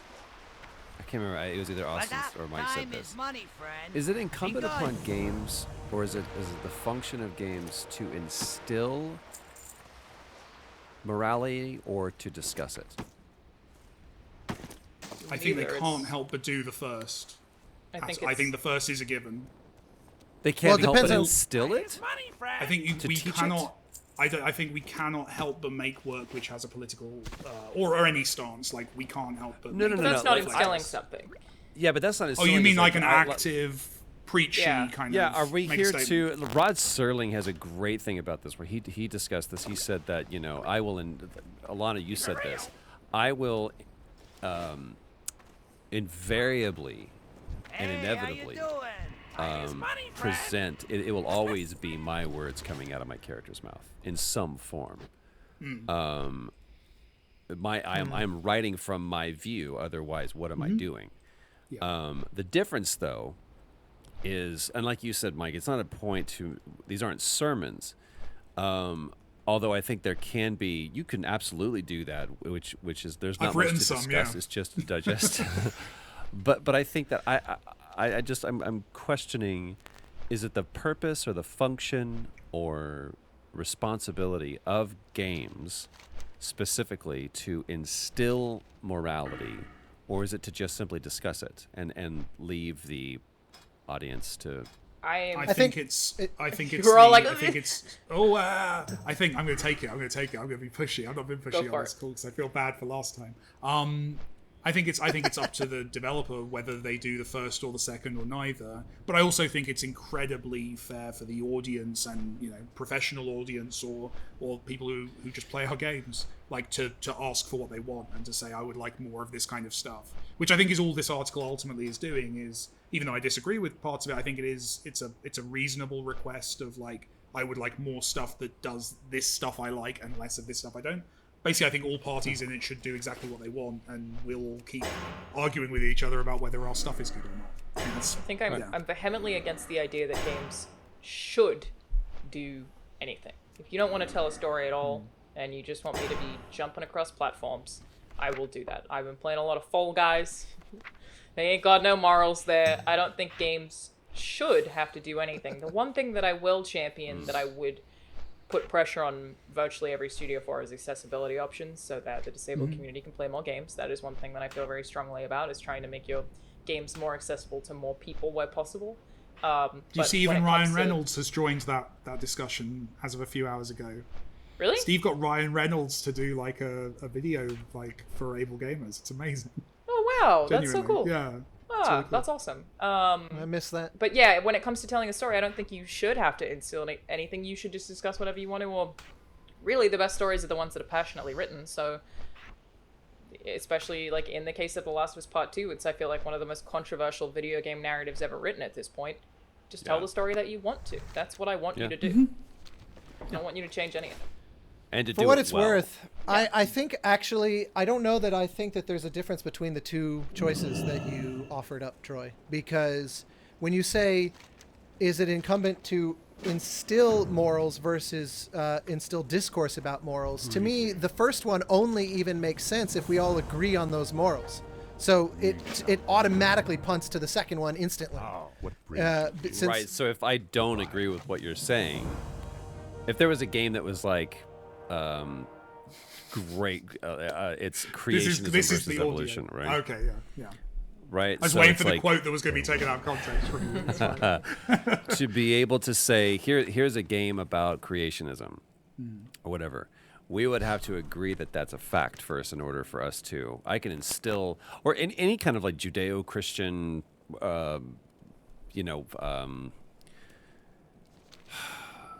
you can say.